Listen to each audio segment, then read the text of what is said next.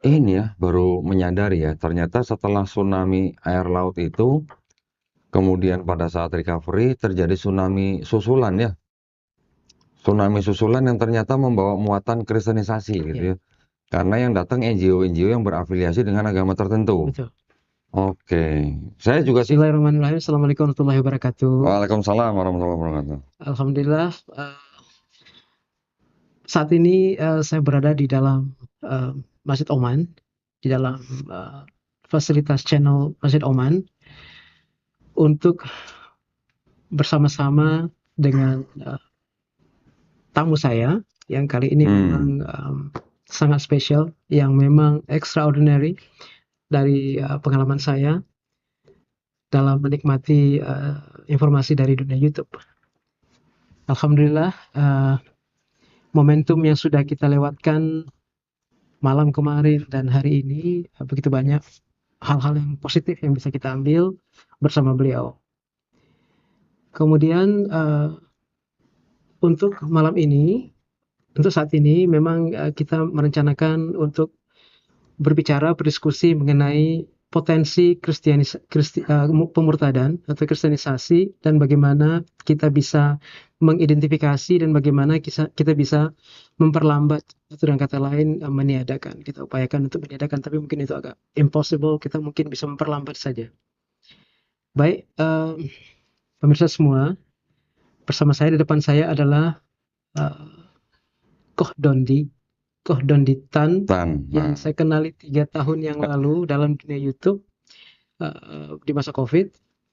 Dan alhamdulillah hari ini beliau hadir di depan saya, dan tadi malam saat mendengar suaranya di Masjid Oman, suasananya seperti pada saat saya melihat Ka'bah waktu itu. Masya Allah. Jadi ada getaran, terasa suara Kodondi tiba-tiba dalam frekuensi mikrofon di masjid, terasa seperti momentum saya menikmati suasana Ka'bah pertama Masya kali. Allah. Alhamdulillah, sedemikianlah kira-kira gambaran bagaimana rasa senang hati saya menerima beliau datang ke Bumi Aceh setelah kita berkomunikasi melalui WhatsApp beberapa kali, Hmm. dan terwujudlah alhamdulillah. Selamat datang Kodondi. Terima kasih banyak. Alhamdulillah bisa menginjakan kaki di Serambi Mekah, Pak. Masya Allah. Dari dulu pengen saya ke Aceh ya. Qadarullah baru saat ini saya bisa mengunjungi Mbak Aceh, dan Masya Allah saya dibawa ke masjid yang nggak ada masjid kecil Pak ya di Aceh ya. Besar-besar tuh. Kenapa semua masjid besar-besar di Aceh? Masya Allah. Ini kalau di Jawa mungkin ini udah jadi masjid agung, masjid raya Ya, gitu ya. betul. Sebesar ini ya, Masya Allah. Senang sekali. Terima kasih Pak. Alhamdulillah. Alhamdulillah. Memang Masjid Oman ini masjid kedua terbesar di kota Oh, ini. oke. Dahulu masjid ini lebih kecil, dan di Hmm, kawasan ini terkena tsunami. hmm, Minaretnya patah, bangunannya juga tidak sebesar ini, dan hmm. sekarang sudah diganti Bangun ulang. baru, diganti Masya Allah. dengan support dari negeri Oman, Masya Allah. dari Oh, Sultan Qaboos namanya. oke. Jadi kita lebih mengenali sebagai Masjid Oman, walaupun Hmm. namanya Masjid Al-Makmur. Baik. Ya, ya. Tapi masih ada omannya ya, nggak Masjid ketinggalan ya. Oman. Alhamdulillah. Baik, alhamdulillah. Mengapa pertemuan kita ini penting, Kodondi? Saya sebut Hmm, Kodondi saja, ya. biar terasa lebih familiar. Eh, Melihat apa yang terjadi saat ini, berbagai hal yang berseliweran di dalam kehidupan kami sehari-hari, Hmm, kami melihat begitu banyak shifting yang terjadi, pergeseran. hmm, Hari ini, esok kita akan menikmati peringatan 20 tahun tsunami. Di hmm, saat saya kehilangan 12 anggota keluarga pada waktu hmm, itu berjalan sudah 20 tahun. hmm, Momentum ini sangat berbeda yang kita saksikan 20 tahun yang sebelumnya. hmm, Dari perspektif ekonomi, dari hmm, perspektif jumlah penduduk, hmm, populasi, dari hmm, perspektif security, keamanan, hmm, itu sangat jauh berbeda. hmm, Alhamdulillah, tsunami membawa berkah. hmm, Jadi sebab tsunami lah maka terciptalah perdamaian, hmm, ditandatangani MOU antara dua pihak yang bertikai, bukan di hmm, Jakarta, bukan di Banda Aceh, tapi hmm, mereka menandatangani itu di Helsinki, hmm, Finland. hmm, Artinya ada keterkaitan negara-negara Eropa untuk hmm, membuat itu terwujud. hmm, Dan apa yang kami rasakan sekarang hmm. adalah munculnya tsunami iman. Oh, 20 tahun yang lalu tsunami air, Real, air laut. ya, Sekarang tsunami iman. tsunami iman. Maksudnya gimana nih, Pak? Maksudnya begini, Orang pindah dari Islam keluar Islam atau orang masuk Islam? tsunami. Kalau kita melihat memang ada dua sisi yang sedemikian. Heeh. Cuman yang terasa sebagai orang lokal yang memang kita memang besar di kota ini, shifting yang terjadi itu menuju kepada hal-hal yang positif dan negatif.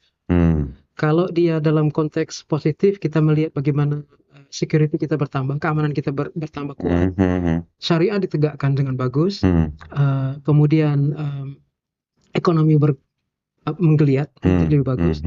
Segala yang kita butuhkan dulu yang tidak pernah ada, sekarang hampir semuanya ada. Yang semua branch yang ada tadinya di Jakarta, sekarang sudah hadir di sini. Jadi otomatis semua terpenuhi kebutuhan dasar kalau dikatakan sebuah negara sedang berkembang. Tetapi seiring dengan itu muncullah beberapa kemunduran yang kami rasakan dalam konteks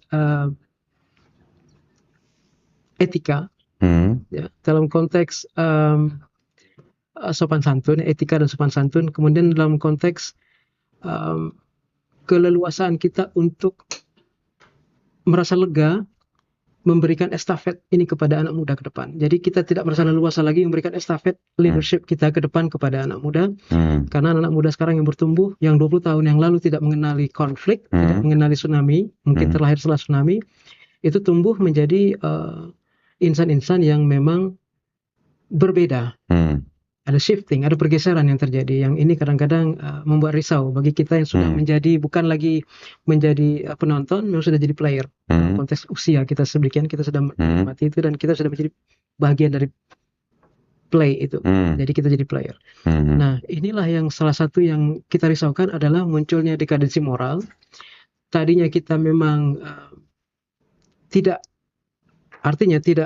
begitu memahami orang lain yang datang dengan segala tendensinya, dan kita harus memahami mereka datang, dan pada saat mereka datang dengan segala gestur yang mereka gunakan, cara yang mereka gunakan, kita pun menjadi lalai, kita pun menjadi berubah.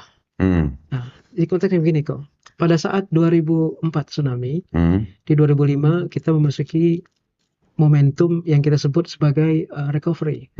Pada waktu itu kita sedang berpikir untuk membuat kita survive dulu. The life must go on ini. Terus berjalan, hidup terus berjalan, tapi kita luka, kita sedih, kita kena lumpur, kita tidak punya listrik, kita hidup di atas air, demikian.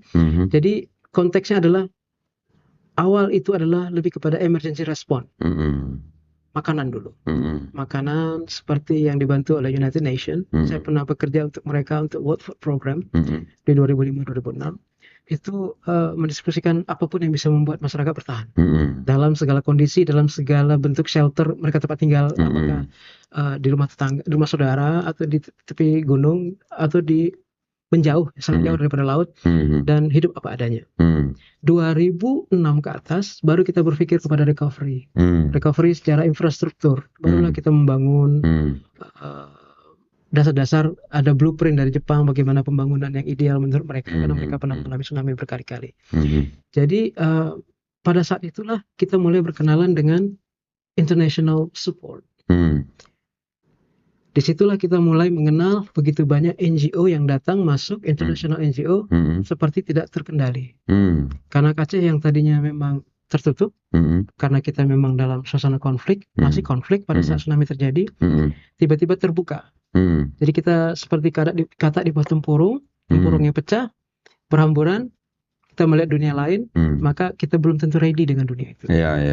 Jadi waktu itu yang saya maksud ancaman itu adalah munculnya NGO yang berafiliasikan kepada agama lain, yang punya tendensi yang sudah bisa kita pastikan itu mengarah kepada kristenisasi. Jadi long term yang sudah kita tempuh 20 tahun ini, ternyata bibit-bibit itu mulai bermunculan. Artinya long term yang mereka pakai untuk mencari domba-domba yang tersesat ini bukanlah orang dewasa, tetapi anak-anak kecil yang pada saat itu masih bayi, yang artinya tidak punya orang tua lagi setelah menjadi yatim piatu karena tsunami. Mereka hidup tanpa dukungan support secara spiritual yang penuh. Jadi mereka terombang-ambing dalam keyakinan dan mudah untuk dirusak secara mindset. Pada waktu itu. Jadi pada waktu itu kita mengenali beberapa NGO yang memang masif sekali Kodondi seperti Catholic Refugee Service dan Jesuit Refugee Service dan ada World Vision International. Itu memang mereka datang dengan logo-logo mereka. Terus anak-anak yang yatim piatu tuh diasuh oleh mereka?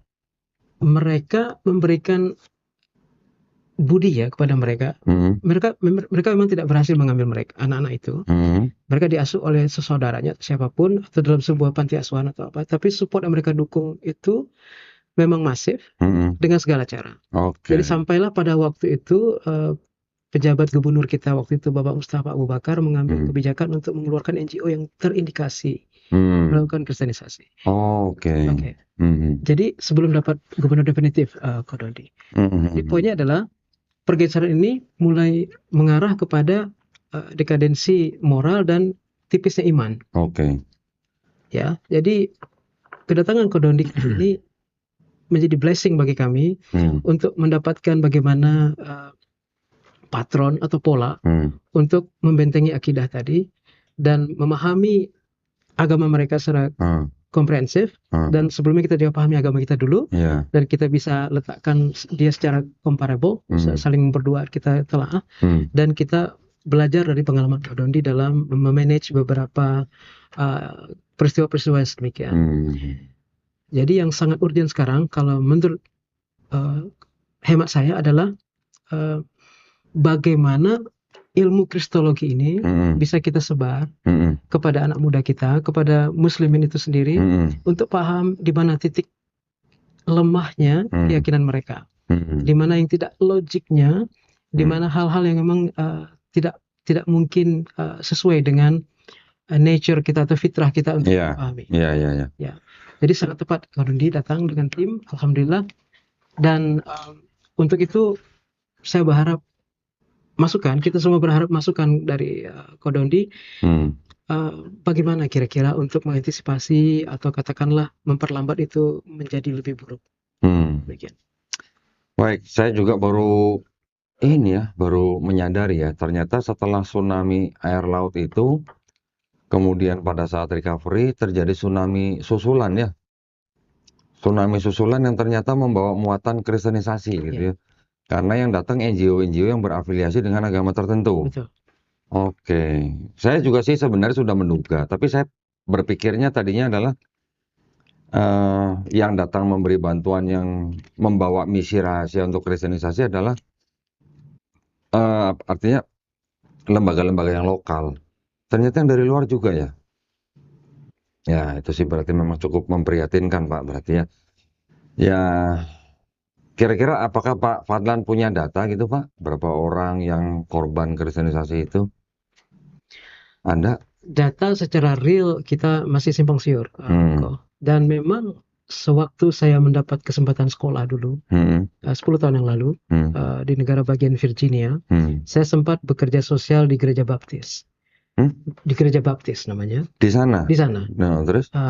Saya bekerja untuk membersihkan halaman belakang gereja di hari Minggu itu.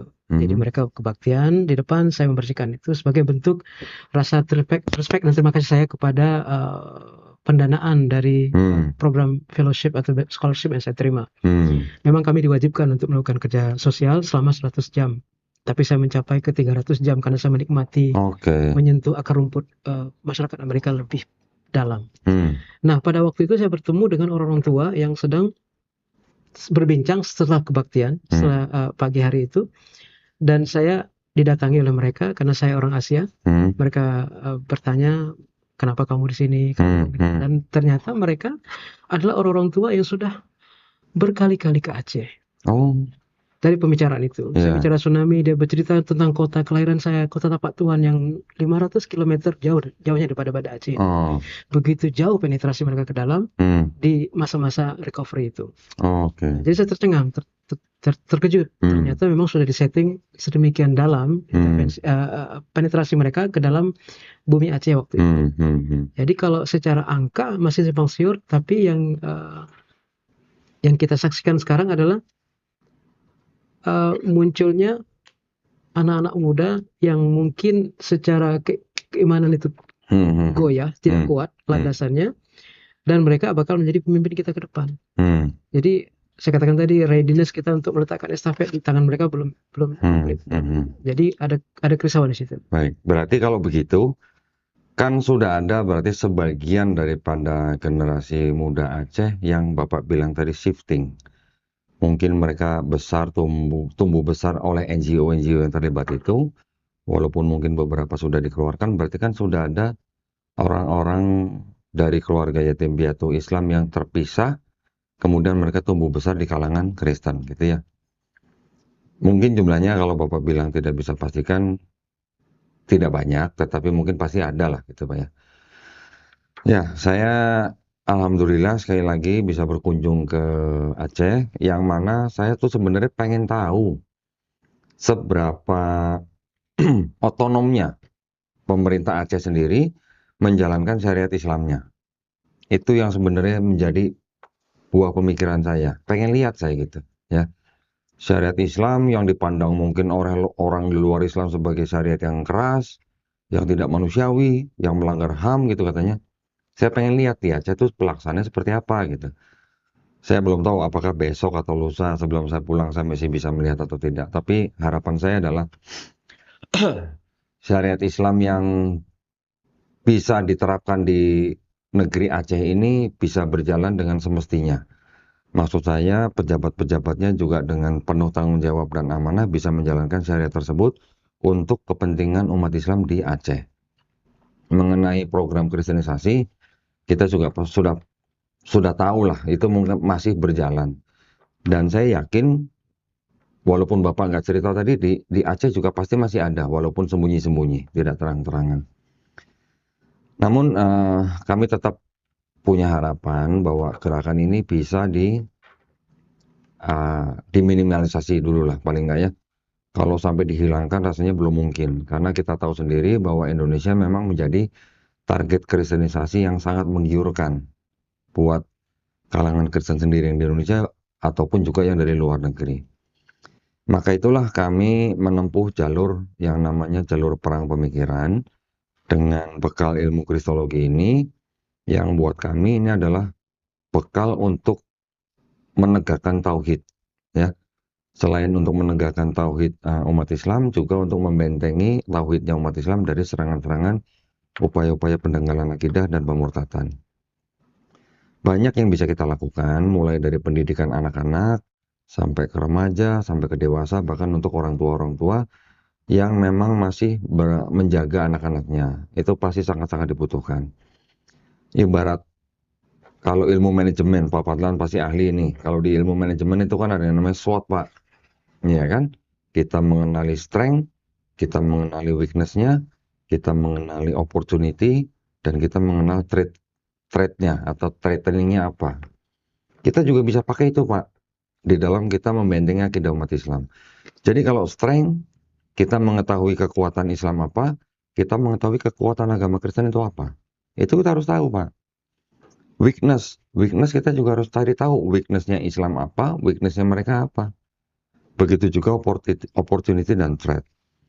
Maka itu dengan mengikuti pola itu, kita setelah mengetahui kekuatan mereka apa, weakness-nya mereka apa, opportunity mereka apa, threat-nya mereka apa, insya Allah kita masih bisa mencari celah-celah apa yang bisa kita pakai untuk membentengi akidah umat Islam. Salah satu yang memang boleh dikatakan isu utama antara Islam dan Kristen.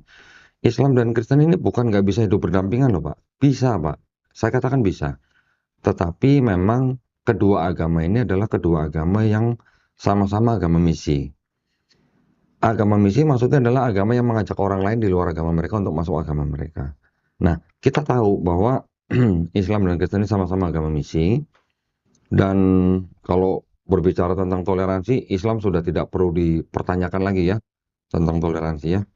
Aceh yang punya otonom untuk menjalankan dan menerapkan syariat Islam saja masih membiarkan gereja berdiri di Aceh. Betul kan Pak? Betul. Berarti toleransi luar biasa. Ya. Nah, tapi kalau dalam konteks masing-masing mempunyai misi, ini yang harus kita hati-hati. Karena apa? Karena di negara yang kita melihat lebih besar lagi dibandingkan hanya di Aceh, di Indonesia punya yang namanya keputusan bersama. Dua menteri, Menteri Agama dan Menteri Dalam Negeri, nomor 1 tahun 79, yang melarang pensiaran agama terhadap orang yang sudah atau kelompok orang yang sudah beragama. Itu yang harus kita juga patuhi, karena keputusan bersama itu kan bukannya tidak berlaku di Aceh, tapi tetap berlaku kan gitu. Saya tadi sempat bicara dengan beberapa tokoh masyarakat. Izin minum dulu, Pak. Silakan, silakan.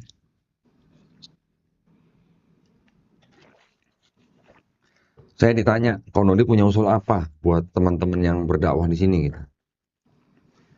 Saya tadi tiba-tiba, saya kaget ditanya begitu, tapi tiba-tiba saya punya ide, tiba-tiba sling gitu ya.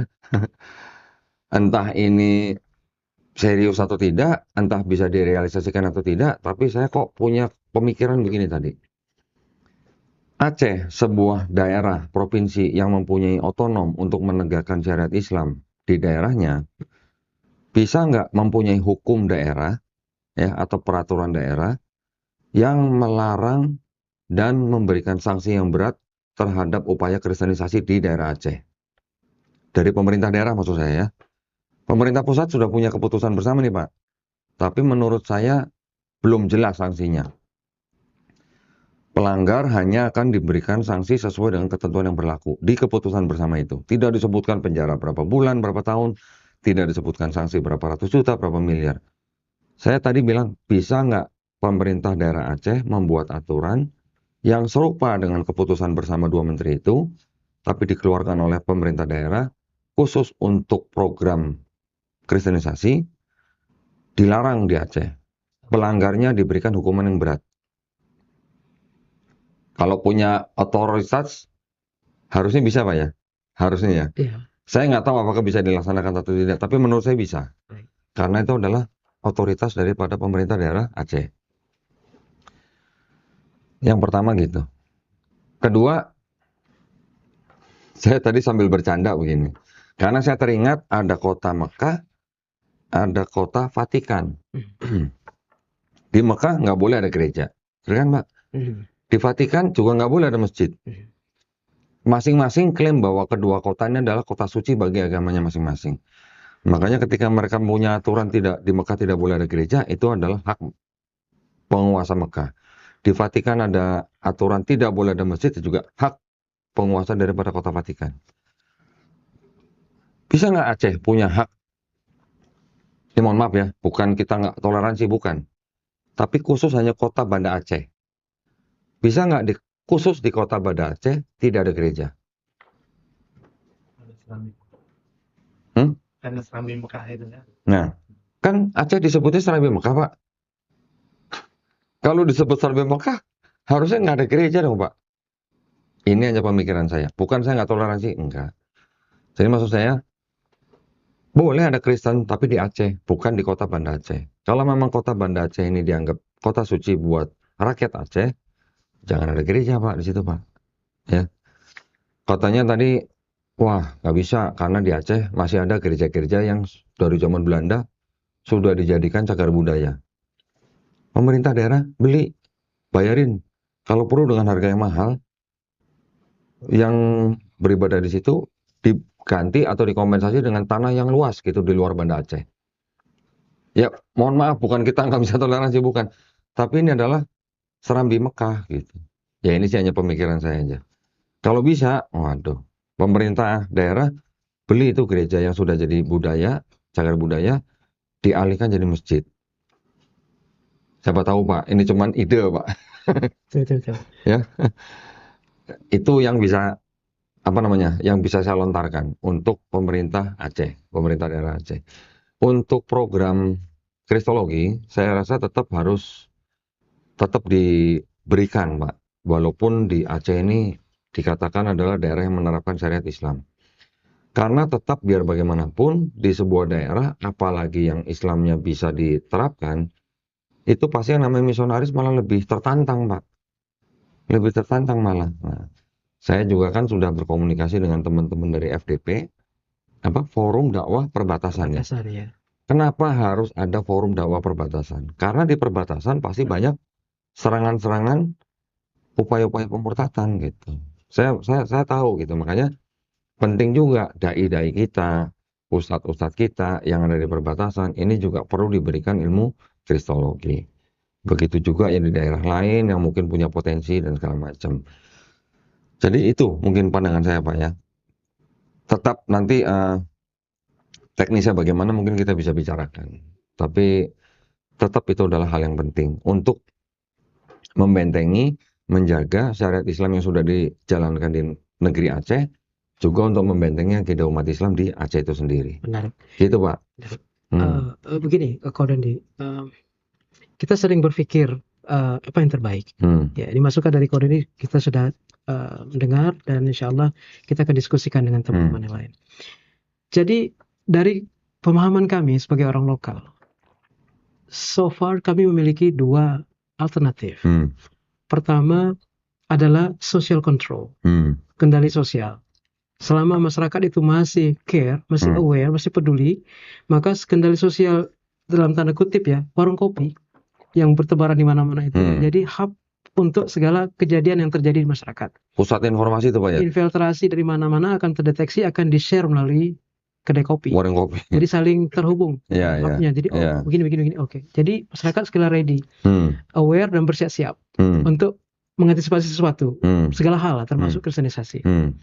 Yang kedua, yang saya pikir lebih efektif adalah sadar kepada DNA-nya sebagai bangsa Aceh. Jadi lebih kembali kepada sejarah terbentuknya bangsa ini. Jadi Ko Doni mungkin belum paham kenapa saya sebut bangsa Aceh. Karena Aceh itu secara terminologi ada dari 4 abjad ya. A, C, E, H itu. Saya kemarin dengar Arab, Campa. Bukan Cina Pak ya? Bukan Cina. Eropa, Hindia. Hindustan. Ya. Oh Hindustan, oke. Ya. Jadi kombinasi dari 4 ini, kalau saya secara ringkas saya katakan gini, Arab udah pasti. Kita memiliki begitu banyak marga-marga Arab di sini yang menyatu dengan masyarakat. Tidak bisa kita bedakan. Kemudian kalau Campa, kita terkait dengan keturunan yang di Kamboja dan di Vietnam, Islam di sana, yang datang ke sini pada saat ada yang namanya tokoh-tokoh seperti Chinese namanya Putroneng di Aceh Utara. Kemudian Eropa, kita bicara mengenai Portugis. Ada sebuah kawasan di Aceh bagian barat, pantai barat, itu memang orang Portugis. Precisely, rambut pirang, mata biru, kulit putih. Tapi bukan Muslim kan? Muslim. Muslim. Mereka adalah kumpulan orang Portugis yang dulu tidak mau pulang ke negaranya. Oh gitu. Jadi mereka merubah keyakinannya, melebur menjadi bangsa Aceh, dan mereka dikenali dengan kerajaan Daya. Itu adanya di pantai barat. Dan mereka banyak terhapus oleh tsunami kemarin, jadi tinggal sedikit lagi populasi mereka yang masih bermata biru. Dan itu menjadi idola kita lah, melihat sesuatu yang berbeda. Kemudian kita bicara Eropa, kita bicara Turki. Karena Turki sangat kuat dalam Utsmaniyah ini mengontrol Aceh secara konteks sejarah. Jadi ada kampung Turki di sini, ada Bitay, ada Emperom, itu dua perwakilan desa yang berorientasi kepada keturkian. Ada makam Turki, ada raja Turki di situ. Kemudian kita bicara juga mengenai orang-orang Belanda yang sempat mati sia-sia di sini selama perang yang 70 tahun yang tidak berkesudahan. Jadi efeknya itu kita memang muncul dari begitu banyak DNA. Yang hanya kita bicara Hindustan, kita bicara apakah dia Bangladeshi atau Indian atau Pakistani, yang memang wajah-wajah Asia Selatan. Jadi Aceh ini sangat kaya. Nah, secara sejarah ini Aceh yang sangat heterogen ini dengan pemikirannya megapolis. Mengapa saya katakan megapolis? Karena sebelum daerah lain mampu dipimpin oleh seorang ratu atau sultanah perempuan, Aceh sudah dipimpin selama 59 tahun. Perempuan memimpin 4 kali berturut-turut sultanah perempuan. Yang di belakangnya ada seorang imam besar yang mengkontrol kehidupan negara ini, dan perempuan yang sebagai pembuat kanun atau peraturan sebagai protokoler pemerintahan. Sangat megapolis. Artinya Aceh itu memang sudah sangat jaya dulunya. Dan pada saat Cornelis de Houtman dan Frederik de Houtman datang berdua di tahun 1600-an, dan mereka tertangkap. Satunya mencoba menistakan Admiral atau Laksamana Malahayati kita, dan Malahayati mengajak dia duel pedang dan dia terbunuh.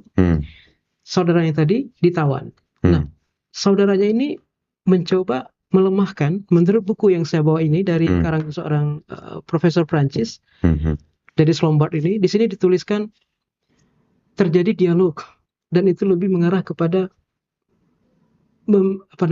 membumikan ajaran kekristenan itu beberapa ratus tahun yang lalu melalui tokoh itu tadi. Jadi dia berupaya untuk sejarah ini akan menjadi lebih bervariasi, artinya ada keyakinan lain di sini. Nah, itu dari sisi sejarah.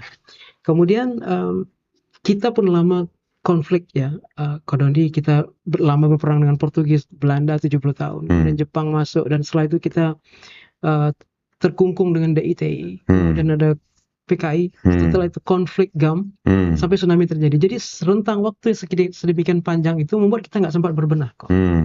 Dalam konteks kanun tadi. Jadi kalau dalam usulan Kodondi tadi untuk membuat rasa self confidence para petinggi kabupaten atau kota madya atau provinsi secara general, itu memang kita harus encourage, kita terus harus dukung supaya inferiority complex tadi hilang. Karena sindrom itu ada. Pada saat orang asing datang, kita beranggapan mereka adalah the best. Everything about the Western are the best. Gitu kan? Belum tentu. Jadi ada rasa inferior. Nah, ini yang kita harus kikis. Jadi kalau misalnya bangsa Aceh ini, anak muda sekarang ini paham mengenai DNA yang mengalir dalam darah, bulir-bulir darah mereka itu berisikan DNA para syahid syuhada, para ulama, para sultan, para raja yang komit kepada keislaman, maka mereka akan menjaga track itu supaya kembali on the track dan terah itu akan terwujudkan dalam kehidupan sehari-hari untuk take a lead ke dalam keislaman. Jadi kadang-kadang kami berpikir 2 poin tadi itu, social control dikuatkan kembali, kemudian secara budaya, secara secara sejarah mereka harus di-refresh. Di samping Kodondi katakan tadi untuk penguatan dari sisi kanun supaya itu bisa dibuat peraturan-peraturan yang jelas. Memang kalau bicara tentang toleransi, Aceh sangat toleran. Kasus-kasus yang di blow up oleh media pada saat terjadi pembakaran gereja di Singkil itu, orang hanya melihat satu sisi. Orang nggak melihat bagaimana seorang pemprotes yang gereja undung-undung namanya itu, kategori itu kita tidak legal, dan sudah berpuluh tahun diberikan kesempatan untuk berdiri tapi nggak pernah ngurus izinnya.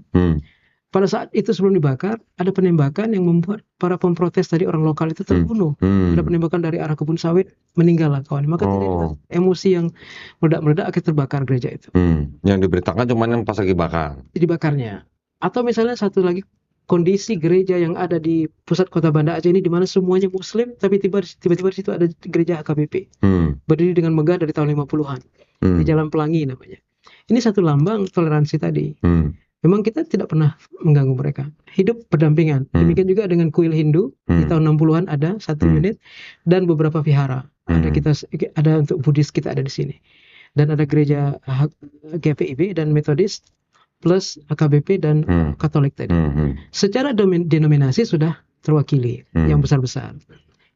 Jadi secara toleransi Aceh tidak pernah bermasalah. So far so good. Hanya saja media yang sering memblow up itu. Supaya kita terlihat tidak aman, tidak nyaman. Setelah kita lama berkonflik, kita ingin menikmati itu, tapi kembali kita diganggu dengan usikan-usikan untuk kita menjadi tidak tenang, tidak stabil. Nah, ini yang kita rasakan sekarang. Infiltrasi itu mulai nampak dengan munculnya anak-anak Aceh yang 20 tahun yang lalu belum ada. Katakanlah Avraham Effendi Usman itu. Dia mengatakan diri sebagai Kristen, dan dia tapi dia tidak tinggal di Aceh kan? Tidak tinggal di Aceh. Dia mewar-warkan, istilahnya kalau bahasa Melayu itu mempromosikan kekristenan dengan bahasa Aceh. Dan kita sempat dulu gubernur kita menolak adanya naskah Injil berbahasa Aceh. Gubernur Nova Iriansa waktu itu menolak itu. Dan sekarang keadaannya sudah mulai melembek. Jadi infiltrasi ini kita takutkan karena kita berpikir untuk membentengi di perbatasan, tapi kita bocor di tengah. Kita sudah merasuk ke dalam. Jadi, tingkat urgensi yang Kodondi katakan ilmu kristologi itu sudah mendesak. Jadi mungkin juga bisa mencapai atau menyentuh